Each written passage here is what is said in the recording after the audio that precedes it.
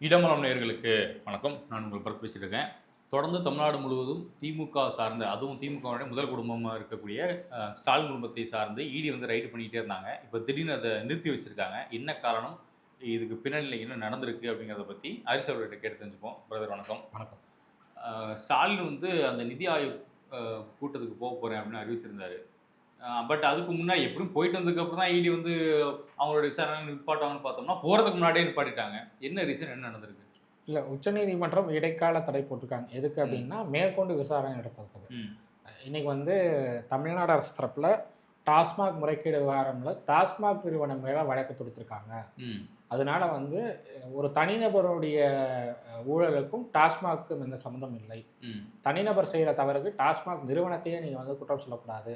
அதனால இந்த வழக்க ஒட்டுமொத்தமா வந்து ரத்து செஞ்சு இடி விசாரணைக்கு வந்து முழுமையா தடை விதிக்கணும் அப்படின்னு கேட்டிருந்தாங்க திமுக அரசு தரப்புல இருந்து. யார் அந்த தனிநபர்? தனிநபருங்கிறது அவங்க சொல்றது அதிகாரிகள சொல்றாங்க. அரசு சரி, அதிகாரிகள தான் சொல்றாங்க சரி. தனிநபர்கள் அப்படின்னு. அரசு அதிகாரிகள் நீங்க சொல்றீங்க. அதிகாரிகள்னு வரும்போதே மல்டிபிள் பீப்பிள் உள்ள வந்துருவாங்க. அப்ப இருக்கும்போது நம்ம எப்படி அது தனிப்பட்ட நபர் செய்த ஊழல் நம்ம இல்ல கணக்கு போட முடியும்? உங்களுக்கு வந்து கம்ப்ளீட்டா டாஸ்மாக் நிர்வாகத்தின் மேல உங்களுக்கு வழக்கு பதிய முடியாது. ம். டாஸ்மாக் அதிகாரிகள் மேல தனித்தனி வழக்குகள் பதிய முடியும். ம். சரி. அதுதான் வந்து 41 வழக்குகளா லஞ்ச ஒழிப்புத்துறை பதிவு செஞ்சிருக்கு அப்படின்னு சொல்லி ம். தமிழக அரசு தரப்புல வந்து சொல்லியிருக்காங்க. அது ஆல்ரெடி பதிவு பண்ணது. ஆமாமா. ஏற்கனவே இருக்கிற அந்த 41 வழக்குகள் விசாரணை நடந்துட்டு இருக்கு. ம். அந்த வழக்குகள மையப்படுத்தி தான் இப்போ வந்து அமலாக்கத்துறை விசாரணை பண்றாங்க. இவங்க ஒரு தனி வழக்கு பதிவு பண்ணி ம். விசாரணை பண்றாங்க. அந்த வழக்குல டாஸ்மாக்க வந்து சேர்த்துருக்காங்க. டாஸ்மாக் நிறுவனத்த சேர்க்க முடியாது அப்படின்னு சொல்லி தான் தமிழ்நாடு கவர்மெண்ட் இன்னைக்கு வந்து வாதங்கள் வச்சாங்க. ம். அமலாக்கத்துறை தரப்புல இருந்து எந்த விதமான வாதங்களும் வைக்கிறதுக்கான நேரம் கொடுக்கப்படல. அதுதான் வந்து நம்ம சொல்ல வேண்டிய விஷயம். ஏன்னா அமலாக்கத்துறை தரப்புல வந்து அரசு அவங்க வழக்கறிஞர் ஆஜராகும்போது, நீங்க எப்படி வந்து டாஸ்மாக் நிறுவனத்தையே நீங்க வந்து இந்த வழக்குல இணைக்கலாம் அப்படின்னு சொல்லி கேள்வி எழுப்பி, இப்படி ஒருவேளை நீங்க டாஸ்மாக் நிறுவனத்த நீங்க வந்து வழக்குல இணைத்திருக்கீங்க அப்படின்னா, அது வந்து அதிகார வரம்பு மீறல். அப்படி ம். இணைக்கிறதுக்கான அதிகாரம் முதல்ல அமலாக்கத்துறைக்கு இருக்காங்கிற கேள்வியை தான் வந்து மனுதாரர் தரப்புல இருந்து எழுப்புறாங்க. ம். ஸோ அப்போ நம்ம அதை பற்றிலாம் நம்ம வரும் நாட்களில் நம்ம வந்து விவாதிப்போம் அப்படின்னு சொல்லி அது வரைக்கும் மேற்கொண்டு விசாரணை நடத்த தடை விதிக்கிறோம் அப்படின்னு சொல்லி சொல்லியிருந்தாங்க. அப்போ தமிழ்நாடு கவர்மெண்ட் தரப்புலேருந்து என்ன சொன்னாங்க அப்படின்னா, அமலாக்கத்துறை வந்து டாஸ்மாக் ஊழியர்கள் டாஸ்மாக் அதிகாரிகளுடைய வாட்ஸ்அப் சேட்ஸு அதே மாதிரி டெலிஃபோன் கால்ஸு இதெல்லாம் வந்து அவங்க வந்து இது பண்ணியிருக்காங்க, எடுத்திருக்காங்க, டீட்டெயில்ஸ் எடுத்திருக்காங்க. ரெண்டாவது வாட்ஸ்அப் சேட்ஸ் எல்லாம் க்ளோன் பண்ணி அந்த டீட்டெயில்ஸ் வந்து விசாரிச்சுட்டு இருக்காங்க அப்படின்னு சொன்னப்போ, அந்த விசாரணையெல்லாம் எங்களால் தடுக்க முடியாது. அதை ஆய்வு பண்ணுறதுக்கு அமலாக்கத்துறைக்கு முழு அதிகாரம் இருக்குது அப்படிங்கிறத உச்சநீதிமன்றம் தெளிவுபடுத்தியிருக்காங்க. ஸோ மேற்கொண்டு விசாரணை நடத்த தான் வந்து தடை வச்சுருக்காங்களே தவிர, இதில் வந்து அமலாக்கத்துறை விசாரிக்கவே கூடாது அப்படின்னு எந்த விதமான தடை உத்தரவும் பிறப்பிக்கப்படலை. இப்ப நான் என்ன கேட்கிறேன், டாஸ்மாக்ல ஊழல் நடந்திருக்குன்னு வராங்க. இது எங்க ஆரம்பிக்குதுன்னா, செந்தில் பாலாஜியினுடைய ஊழல் வழக்குல ஆரம்பிக்குது. அங்க மணி லாண்டரிங்ன்ற ஒரு சம்பவம் உள்ள நடந்திருக்கு. அதனால இடி வந்து உள்ள வராங்க. இப்போ செந்தில் பாலாஜி ஒண்ணும் வேற ஏதோ ஒரு துறையோட அமைச்சரோ, இல்ல ஒரு சாதாரண ஒரு தனிநபரோ கிடையாது. மக்களால் தேர்ந்தெடுக்கப்பட்ட ஒரு அமைச்சர். கரெக்ட் தானே? ஆமாம். அப்ப அந்த அமைச்சர் கையில இது அந்த மதுத்துறை வந்து கையில குடுத்துருக்காங்க. மதுத்துறையில ஊழல் நடந்திருக்குன்னு சொல்லி பெரிய ஒரு குற்றச்சாட்டு. சும்மா 1 கோடி 2 கோடிலாம் கிடையாது. ஹியூஜ் அமௌண்ட் வந்து உள்ள வந்து மிஸ் ஆயிருக்குன்னு சொல்லி ஒரு விஷயம் வெளில வருது. இப்போ இதுல உள்ள சம்பந்தப்பட்ட அதிகாரிகளும் தொடர்புல இருக்காங்க அப்படின்னு ஒரு செய்தி வருது. அப்படி இருக்கும்போது அப்போ ஓவராலாவே அங்க ஒரு கரப்டடான ஒரு சூழல் இருக்கு தானே. அதை எதுக்கு இவங்க வந்து தடுக்கணும்னு நினைக்கிறாங்க? இதுல யார் தப்பிக்கணும்னு நினைக்கிறாங்க? எதுக்கு இந்த இந்த வேலை? ஏன்னா இந்த வழக்கில் வந்து என்ன பிரச்சனை அப்படின்னா, அமலாக்கத்துறை அவங்க விசாரணை நடத்திட்டு இருக்கும்போது பல்வேறு நடிகர்கள், நடிகைகளுக்கு இந்த வழக்கில் தொடர்பு இருக்குது அப்படிங்கிறத எஸ். உறுதிப்படுத்துகிறாங்க. நானும் அங்க தான் வரணும்னு நினைச்சேன். அரசு துறையில நடிகர், நடிகைகளுக்கு என்ன சம்பந்தம்? இல்லை அவங்க பார்ட்டிஸ் கண்டக்ட் பண்ணுறாங்கல்ல. இப்போ பண்ணட்டும். வந்து உதயநிதி ஸ்டாலின் அவர்கள் தரப்புல இருந்து ஒரு பார்ட்டி அரேஞ்ச் பண்ணியிருக்காங்க. ம். சிம்பு அவர்களுடைய வீட்டில் தான் அந்த பார்ட்டி நடந்ததாக சொல்லப்படுது. ரெட் சரி. பார்ட்டி அப்படின்னு சொல்லி அதுக்கு பேர் வச்சிருக்காங்க. என்ன party? Red party. Red party. ஆமாம், ம். Red party. எனக்கா ரெட் கார்டு அப்படின்ற மாதிரி அவர் பண்ணியிருக்காரு. ரெட் பார்ட்டின்னு பேர் வச்சிருக்காங்க அந்த பார்ட்டிக்கு பேர். அந்த புரட்டாரு. பார்ட்டியில் பங்கெடுக்கிறதுக்காக ஒரு நடிகைக்கு வந்து 120 கோடி ரூபா வரைக்கும் கொடுத்துருக்கிறதா ஒரு தகவல் இருக்கு.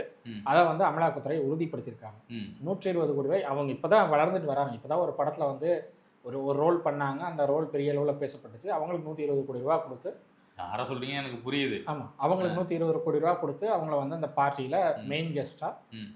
சில சிறப்பான விஷயங்கள்லாம் செய்கிறதுக்காக அவங்கள வந்து அப்போஸ் பண்ணி சிறப்பா பண்ணியிருக்காங்க புரியுது, ரொம்ப சிறப்பா புரியுது. அப்படிங்கிறத நம்ம அமலாக்கத்துறை விசாரணையில் தெரிஞ்சுக்க முடியுது. ம்.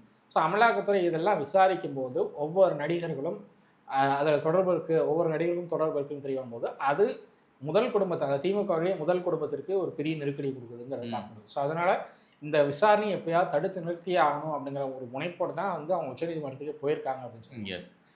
இப்போ ஒரு தனிநபர் செய்த ஊழலுக்கு ஒட்டுமொத்த துறையுமே எப்படி சந்தேகப்பட முடியும், எப்படி கேள்வி எழுப்ப முடியும்னு சொல்லி அவங்க தரப்புல இருக்கிற நியாயத்தையே சொல்றாங்கன்னு வச்சுக்கோமே.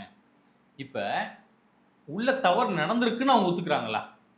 துறையில தவறு நடந்திருக்குன்னா அது அங்க இருக்கிற அதிகாரிகள் ஒத்துக்கிறாங்களா? ஆமாம், ஒத்துக்கிறாங்கன்னா அது யாருன்னு வெளிப்படையா அப்ரூவலா சொல்லிட்டு போயிட்டு அப்ரூவர் ஆயிட வேண்டியதானே. நீங்களும் இந்த அரசாங்கத்தை தேர்ந்தெடுத்த நபர் தான்.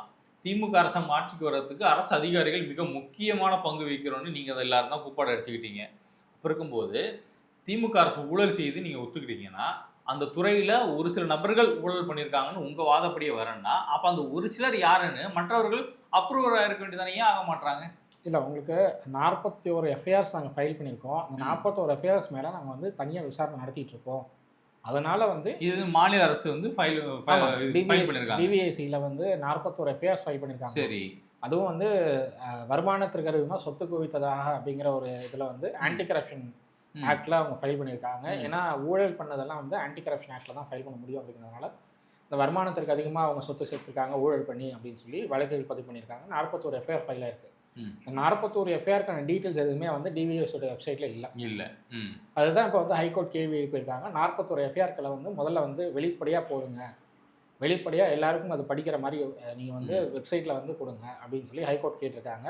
ஹைகோர்ட்டும் இதை வந்து சிபிஐக்கு ஏன் மாற்றக்கூடாதுங்கிற ஒரு கேள்வி எழுப்பியிருக்கிறது நீங்கள் பார்க்கலாம். ஏன்னா சிபிஐ கிட்ட போனால் அது அந்த சிபிஐ கிட்ட இருந்து இடி எடுத்துக்கலாம், அந்த கேஸ் எடுத்துக்கலாம். இல்லை, எனக்கு தெரிஞ்சு இவங்க இடி கிட்ட இடியோடைய விசாரணைக்கு இடைக்கால தடை வாங்கியிருக்கிறது எனக்கு என்னமோ சிபிஐ விசாரணைக்கு நீங்கள் வாங்கன்னு அழைப்பு கொடுக்குற மாதிரி தான் இருக்கிறதா நான் பார்க்கல. இல்லை, சிபிஐ கிட்ட போனாலும் இடி எடுத்துப்பாங்களே. ஏன்னா பல வழக்குகள் இது மாதிரி இருக்குல்ல. இடி கிட்ட போயிடுச்சுன்னா அது ஆட்டோமேட்டிக்காக சிபிஐக்கு போயிடும். இடியோடைய வழக்குகளை வந்து சிபிஐ விசாரிக்கக்கூடாதுன்னு எந்த விதமான அதிகார வரம்பும் இல்லை அப்படிங்கிறதுனால இடியோடைய வழக்கை மையப்படுத்தி சிபிஐ விசாரிக்கும். ஆமாம். இப்போ வந்து இடிக்கு நீங்கள் இடைக்கால தடை வாங்கிட்டீங்கன்னா சிபிஐ இறங்கும். சிபிஐக்கு நீங்கள் இடைக்கால தடை வாங்கிட்டீங்கன்னா இதில் என்ன மாதிரியான வெளிநாட்டு தொடர்புகள் இருக்குன்னு பார்க்கறதுக்காக என்ஐஏவை இறக்கி விடுவாங்க. இது வந்து நார்மலாக நடக்கிறது தான். ஸோ அதனால் வந்து எனக்கு தெரிஞ்சு இந்த விவகாரம் இதோட நிற்க போகிறது இல்லைன்னு தான் நான் பார்க்குறேன். இதில் வந்து சிபிஐ விசாரணை வர்றதுக்கான பாசிபிலிட்டி இருக்குது. நீதிமன்றம் உத்தரவிடலைன்னாலும் அமலாக்கத்துறை பதிவு செஞ்ச வழக்கை வச்சு சிபிஐ உள்ளே வரலாம். அதனால் வந்து சிபிஐ விசாரணைக்கு நீங்கள் வாங்கன்னு அழைப்பு கொடுக்கறதா தான் நான் பார்க்குறேன். இல்லை, இப்போ என் கேள்வி என்னென்னா, செந்தில் பாலாஜி அவர்கள் கைது செய்யப்படும் போது உதயநிதி வந்து கார்லேருந்து இறங்குறாரு. இறங்கும்போது அந்த ஜூன்னு சொல்லி ஒரு நபர், அவர் தான் அந்த வாட்ச் கலெக்ஷன்லாம் எடுத்து பண்ணார். அப்புறம் ரத்தீஷ், ஆகாஷ் இவங்கெல்லாம் கூட இருந்ததா ஒரு ஃபோட்டோ வீடியோஸ்லாம் நான் பார்த்தேன், சில செய்தி ஊடகத்தில் பார்த்தேன்.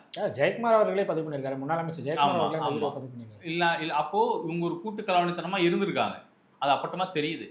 இருந்தும் ஒரு எப்படி சொல்கிறது, ரத்தீஷை கைது பண்ணுறது, ரத்தீஷை விட்டது அப்படின்றது இடியோடைய இதுதான், வீக்னஸ் தான். ரத்தீஷை கைது பண்ணிடுவோம், உங்களுக்கு அவனை செந்தில் பாலாஜியோட இதுதான். இல்லை, செந்தில் பாலாஜி வழக்கிலேயே வந்து செந்தில் பாலாஜி அரெஸ்ட் பண்ணாங்க, ஆனால் அவருடைய பிரதர் அரெஸ்ட் பண்ணல கடைசி. அதுதான் அதே ஃபெயிலியர் தானே சொல்கிறேன். அதுதான் இங்கேயும் நடக்குது. இவங்க வந்து அமலாக்கத்துறையும் சிபிஐயும் என்ன பண்ணுறாங்க அப்படின்னா, குற்றவாளிகள் யாரோ அவங்களெல்லாம் ஃப்ரீயாக நடமாட விடுறாங்க. அதுதான் வந்து இவங்களுக்கு பெரிய தலைவலியாக இருக்கிறத பார்க்க முடியுது.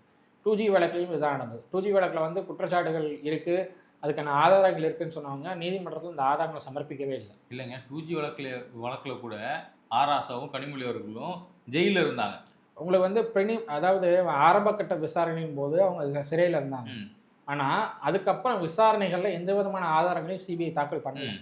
மோடி கவர்மெண்ட் வந்ததுக்கப்புறம் சிபிஐயில் வந்து ஆதாரங்களை தாக்கல் பண்ண வேண்டிய பொறுப்பு மோடி கவர்மெண்ட்டுக்கு இருந்தது. ஆனால் அப்போ கூட ஒரு 3 வருஷமாக எந்த விதமான ஆதாரங்களையும் அவங்க வந்து தாக்கல் பண்ணல. ஓபி சைனி தன்னுடைய தீர்ப்பில் சொல்கிறாரு, இப்போ ஆதாரம் வரும், அப்புறம் ஆதாரம் வரும்னு நானும் வெயிட் பண்ணிக்கிட்டே இருக்கேன், இப்போ வரைக்கும் ஆதாரம் எனக்கு கைக்கே வரல, அதனால் இந்த வழக்கை தள்ளுபடி செய்கிறேன்னு சொல்லி ஓபி சைனி தன்னுடைய தீர்ப்பில் தெளிவாக குறிப்பிடுறாரு. அப்போ அதுவும் சிபிஐயோட ஃபெயிலியர் தான். அப்போ அது வந்து மோடி கவர்மெண்ட்டுடைய ஃபெயிலியராக தான் நான் பார்க்குறேன். இல்லை, நான் என்ன கேட்குறேன், இது திட்டமிட்டு மத்திய அரசாங்கத்தால் பாஜக வந்து திமுகவை காப்பாற்றணும், இன்றைக்கி அதனால நமக்கு தேவைப்படுவாங்க, இந்த தேர்தலால் நெருங்குது அப்படின்னு பிளான் பண்ணுறாங்களா, இல்ல வேற ஏதாவது உள்ள எது குடுத்தல் வாங்குதல் இருந்திருக்கும்னு நினைக்கிறீங்களா? இல்லை உங்களுக்கு சில அமைச்சர்கள் இன்னும் சொல்ல போனால் கனிமொழி அவர்களுக்கு வந்து டெல்லியில் ஒரு நல்ல செல்வாக்கு இருக்குது. ம். எப்படி நம்ம வந்து அமித்ஷா அவர்களே வந்து கனிமொழி அவர்களுக்கு தனிப்பட்ட முறையில் பிறந்தநாள் வாழ்த்துக்கள் சொல்றதெல்லாம் நம்ம பார்த்துட்ருக்கோம். ஸோ அதனால் வந்து கனிமொழி அவர்களுக்கு ஒரு நல்ல தனிப்பட்ட செல்வாக்கு இருக்கிறத பார்க்க முடியுது. அதே மாதிரி துரைமுருகன் அவர்களுக்கும் ஒரு தனிப்பட்ட செல்வாக்கு டெல்லியில் இருக்குது. பல அமைச்சர்கள் பல மத்திய அமைச்சர்களோட தனிப்பட்ட முறையில் அவர் வந்து டின்னர் சாப்பிடக்கூடிய இடத்துல தான் இருக்கார். ஸோ அதனால் வந்து அவ்வளோ க்ளோஸ் கான்டாக்டில் தான் இருக்காங்க. டிஆர் பாலுவும் அதே மாதிரி தான் தனிப்பட்ட முறையில் பல்வேறு மத்திய அமைச்சர்களோட அவங்க வந்து அவுட்டிங் போகிற ரேஞ்சில் அவ்வளவு க்ளோஸ் கான்டாக்டில் தான் இருக்காங்க. ஸோ அதனால் வந்து எல்லாருமே நல்ல டச்சில் இருக்காங்க மத்திய அமைச்சர்களோட. அதனால் யார் டீலிங்கில் யார் இதை பண்ணுறாங்க அப்படிங்கிறது இப்போ வரைக்கும் சொல்ல முடியாதுன்னு நான் பார்க்குறேன். ஆனால் ஏதோ ஒரு டீலிங் நடக்குது. ரைட். ஆனால் இங்கே இருக்கக்கூடிய எதிர்க்கட்சிகள் வந்து பெருசாக வலுவாக எதிர்க்கிற மாதிரி தெரியல. ஏன்னா பிஜேபியை கூட அதிமுக கூட்டணி வச்சுருக்காங்க. பிஜேபி இங்கே இருக்கக்கூடிய திமுகவுக்கு ஆதரவான சில நிலைப்பாடு எடுக்கிற மாதிரி எனக்கு தெரியுது. அப்போ இது எடப்பாடி பழனிசாமி அவர்களுக்கு தெரியலையா? ஏன் அவர் கண்டுக்காமல் இருக்காரு? அவரு சமரசம் ஆயிட்டாரோ? ஒருவேளை நம்ம இங்கே ப்ரெஷர் கொடுத்து திமுக யாராவது கைது பண்ண வச்சோம்னா அவங்க நம்ம கொடநாடு கேஸ் எடுத்து நம்மளுக்கு எதாவது ரிப்பீட் அடிச்சிருவாங்கன்னு பயப்படுறாரோ? இல்லை, நான் பர்சனலாக என்னுடைய தனிப்பட்ட பல்வேறு முயற்சிகளில் ஒரு குடும்பத்துடைய இப்போ அந்த முதல் குடும்பத்துடைய குடும்ப சொத்து பட்டியல்னு 327 சொத்துக்கள் கொண்ட பட்டியலை வந்து அன்னைக்கு மத்திய அரசுக்கிட்ட கொடுத்தேன். நான் தான் ராஜ்நாத் சிங் அவர்களை நேரில் பார்த்தே கொடுத்தேன். அதன் மீது இதுவரைக்கும் நடவடிக்கை எடுக்கப்படலை. அதுக்கப்புறம் அண்ணாமலை பாஜக மாநில தலைவராக இருந்தார். டிஎம்கே ஃபைல்ஸ் 1 டிஎம்கே ஃபைல்ஸ் 2ன்னு தொடர்ச்சியாக ரிலீஸ் பண்ணிட்டு வந்தார். அந்த டிஎம்கே ஃபைல்ஸ் மேலே என்ன நடவடிக்கை எடுக்கப்பட்டிருக்குன்னு எனக்கு இப்போ வரைக்கும் தெரியல. ஸோ உங்களுக்கு நடவடிக்கை எடுக்கணும்னு நீங்கள் நினைக்கிறீங்க அப்படின்னா நீங்கள் தாராளமாக எல்லாத்துக்கு மேலே நடவடிக்கை எடுக்கலாம். நான் கொடுத்த அந்த சொத்து பட்டியலுக்கான டாக்குமெண்ட் எவிடன்ஸ் உட்பட ஒரு பெரிய லிஸ்ட்டே இருக்குது. ஒவ்வொரு வங்கி கணக்கில் 6 கோடி ரூபா 6.5 கோடி ரூபா வந்து கனிமொழி அவர்கள் சேவிங்ஸ் பண்ணி வச்சுருக்காங்க அப்படிங்கிறதுக்கு முறைக்கொண்டு அந்த வங்கி கணக்கினுடைய டீட்டெயில்ஸ் முறைக்கொண்டு நான் எல்லாத்தையும் எடுத்து கொடுத்துருக்கேன். எந்த வங்கி, அக்கௌண்ட் நம்பர் என்ன, எப்போ வந்து அந்த அமௌண்ட் சேவிங்ஸில் போட்டாங்க, எப்போ அதை விட்ரா பண்ணாங்க, எவ்வளோ விட்ரா பண்ணாங்க, இந்த சலான் உட்பட எல்லாத்தையும் கொடுத்துருக்கேன். நான் இவ்வளவே சேகரித்து கொடுத்தும் இதுவரை நடவடிக்கை எடுக்கலாம். ஸோ எனக்கு பர்சனலாக நான் என்ன பார்க்குறேன் அப்படின்னா இதில் ஏதோ டீலிங் பண்ணுறாங்க. டீலிங் இல்லாமல்லாம் வந்து இருக்கிறதுக்கான பாசிபிலிட்டி இல்லை. டீலிங் நடக்குது. பட் அந்த டீலிங்கை ஏன் வந்து நீங்கள் அரசியலுக்காக பயன்படுத்த மாட்டேங்கிறீங்கன்னு எனக்கு இன்னும் புரியல. நீங்கள் அரசியலுக்காக இதை பயன்படுத்தாத வரை பாஜக வந்து தனிப்பட்ட முறையில் இங்கே வளராது. பாஜக வளரணும்னா இதெல்லாம் அரசியலுக்கான விஷயங்களாக நீங்கள் பயன்படுத்தணும். இல்லை, பாஜக இப்போ வரைக்கும் பாஜக அதை பயன்படுத்தலாம் தான் நான் பார்க்குறேன். அதான் பாஜக வளருது வளராது அது அவங்க கட்சி விருப்பம். நம்ம என்ன கேட்குறோம், எதிர்கட்சியாக செயல்படக்கூடிய அதிமுக ஏன் ரொம்ப டல்லா செயல்படுறாங்க? எதிர்கட்சியாக அதிமுக வந்து சிறப்பாக செயல்படுறாங்க தான் நான் பார்க்குறேன். ஏன்னா அவங்க வந்து இடி ரைட் சம்மந்தமாக பல்வேறு அறிக்கைகளை வந்து எடப்பாடி பழனிசாமி அவர்கள் கொடுத்துருக்காரு. இன்னும் சொல்ல போனால் பல்வேறு பேட்டிகள் கொடுத்துட்ருக்காங்க. அதிமுகவுடைய முன்னாள் அமைச்சர்கள் போராட்டங்கள் நடந்துகிட்ருக்கு திமுக அரசுக்கு எதிராக. ஸோ எல்லாம் பண்ணிட்டு தான் இருக்காங்க. அவங்களால என்ன முடியுமோ அதெல்லாம் பண்ணிட்டு தான் இருக்காங்க. நீதிமன்றத்தில் இந்த விவகாரங்களெல்லாம் நிரூபிக்க வேண்டிய பொறுப்பு அமலாக்கத்துறைக்கும் சிபிஐக்கும் என்ஐஏக்கும் மட்டும்தான் இருக்குது. அந்த பொறுப்புகள்லேருந்து அவங்க தட்டி கழிச்சுட்டு போகிறாங்க அப்படின்னு தான் நான் பார்க்குறேன். ஒன்று அதிகாரிகள் மட்டத்தில் ஒரு இது இருக்கணும், சமரசம் நடந்திருக்கணும். இல்லைன்னா மத்திய அரசில் இருக்கிற சில அமைச்சர்களோட சில சமரசங்கள் நடந்திருக்காங்க பாசிபிலிட்டி இருக்குது. ரைட், சமரசத்துக்கு வந்திருப்பாங்கன்னே நம்ம வச்சுப்போம். சமரசத்துக்கு வந்திருக்கணும். ஏன்னா இல்லைன்னா இந்த ஸ்டே கிடைக்காது அப்படின்னு நினைப்பாங்க. அதுவும் அமலாக்கத்துறையினுடைய கருத்துக்களை கேட்காமல் ஒரு ஸ்டே வந்து உச்சநீதிமன்றம் கொடுக்குது அப்படின்னா நிச்சயமாக வந்து சமரசம் இல்லாமல் நடந்ததுக்கான பாசிபிலிட்டி. கண்டிப்பாக மக்கள் மிக தெளிவாக புரிஞ்சுக்கோங்க.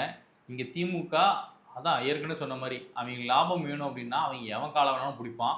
எப்படி கருணாநிதி வந்து ஈழத்தமிழர்கள் கொத்தா சாவறதுக்கு துணை நின்று அவருடைய பிள்ளைக்கு அவருடைய பேரம்பேத்திகளுக்கு சீட்டு வாங்கி கொடுக்கறதுக்காக டெல்லியில் போய் பிச்சை எடுத்தாரோ, நம்ம தமிழர்கள் முதுகில் குத்துனாரோ, அதே தான் இன்றைக்கி ஸ்டாலின் பண்ணிகிட்டு இருக்காரு.